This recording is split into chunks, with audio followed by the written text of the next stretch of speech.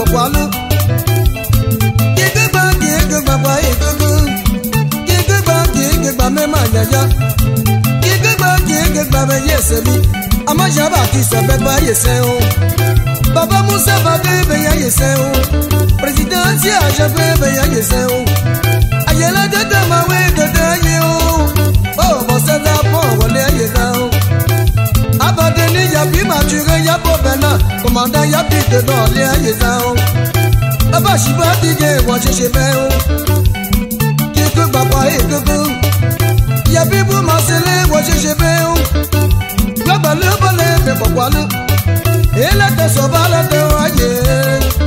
Ele te soba la te obedale o. Ele te soba la te bochi jise bochi gena. Ele te soba la te bochi abele. Oh me peye o keshina e. Bochi solo je keshina o. Beda bodi ze keshina o. Abole yo kanga michele. Wasi se kanga miye keshina o mwapilu. Aba me keshina o. Mene so bi ma de keshina o. Kiku baba e kuku. Ya bi ase be yese mi o. Ya bi ase de le no mo se. Ati se le se no mo e. Ya Bible rati no mo mo se o. Aki se be li se me ko mo se parilu. Se ka jo ja de le no mo se o. Ba wi a me bi se no mo se o adudo ma. Emi la globo mo me le ko. Ya bi se fene joli garçon. Wa se bien de do mo be bien. Ya bo gaga do le aye gba o. Wa be ba ti se me ko mo bisango o. Gigba kwa e gugu. Oye gba ka to so kwa e ma gba mi o melo. Gigba kwa e gugu. Sabi gba ka to so kwa e ma gba mi o.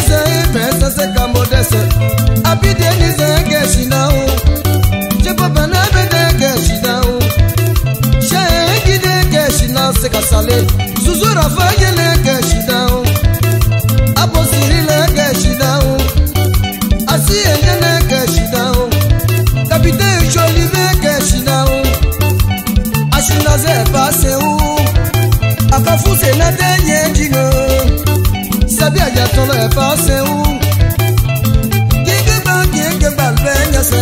Se bi ba ka to so kwa e ma gba mi o.